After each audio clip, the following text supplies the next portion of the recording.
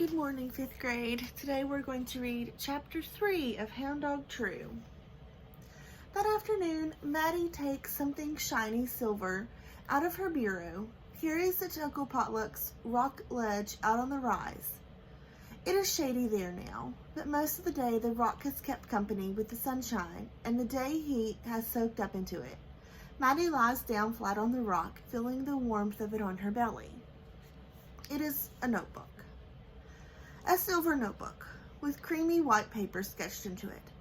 The kind a person would have to work real hard to tear a page out. It was a gift from Mama 2 weeks ago, on the very day they said they'd be moving. I thought you might want to write your feelings in it, Mama had said. But right off, Maddie knew that book was too fine for feelings, and that she didn't write stories anymore, not since Star. Maddie didn't tell Mama that, though, just said thank you. Now, turns out she does have something worth writing in the silver book. Maddie Breen, custodial apprentice, she writes. Her stomach flutters, same as Mama's fingers. This is how it feels to make a plan. There are laws, Maddie knows. There are laws that says she has to be in the classroom and learn fractions and spelling and survival of the fittest. But there are not laws about going outside at recess time, and there are not laws about where to sit at lunchtime, and there are not laws that say you have to show up at the exact time everybody else does, and jostle around in the coat room. You could go earlier. Your coat doesn't have to be with everybody else's coat. It could be on its own peg someplace else, and your boots could rest someplace else too. And if you were helpful to somebody, really truly helpful, apprentice-like helpful, you could probably go to that person during all those lawless times.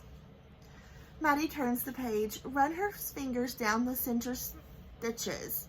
Her stomach flutters again. Custodial wisdom, she writes. Underneath, she writes all the things she learned about custodial safety and being prepared mostly. Like how, as soon as you are done vacuuming, you're supposed to pull the plug from the socket and wind the cord up snugly so nobody trips on it. And how before you do any mopping, you have to set out that yellow caution pyramid. There's a stickman on the pyramid, like the one on Uncle Potluck's ladder, except this stickman has one leg up in the air and arms flung around with little motion parentheses, like he's losing his footing. Except he doesn't have feet, just rounded spots at the end of his legs. She doesn't write the footless part in her notebook, just the serious part about putting out the caution pyramids and mopping, and how when you're all done, you have to look back and make sure you didn't miss a spot or leave puddles orphaned any place. Either was an indentation of faulty professionalism, Uncle Potluck said. Maddie writes that down too. Faulty professionalism. She will not be a faulty professional. She will spend the next 4 days writing and learning and being professional next to Uncle Potluck, proving herself worthy of being a true custodial apprentice, proving how once school starts, he should keep her by his side, instead of making her go to lunch or recess or be with whatever wild kids might be at Mitchell P. Anderson Elementary. That is Maddie's plan. 4 days of proving. Then on Saturday, or maybe Sunday, she'll talk to Uncle Potluck about apprentice to custodian. And on Monday, she'll be able to introduce herself to the new class just fine. I'm Maddie Breen. I'm the custodial apprentice.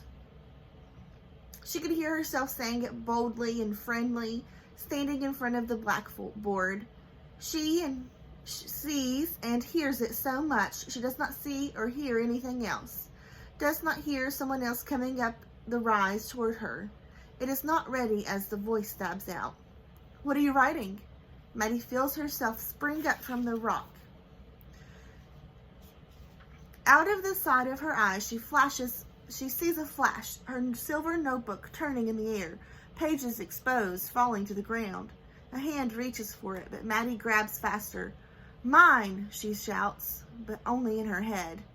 Thump, thump, thump, the thump of her heartbeat matching the thud of her feet on the ground, already running down the rise, her head saying stop and stupid and baby. But she does not say stop because her head is already saying too late now and too late now, too late now, until she's in the house with the door shut solid behind her, sliding down to the seat, her notebook pressing to her thump, thump, thumping heart. End of chapter 3. I want you guys to think about the vocabulary that they're using in this book. It's a little untraditional, how they use some of the words that we're really not accustomed to using. All right, guys, see you tomorrow.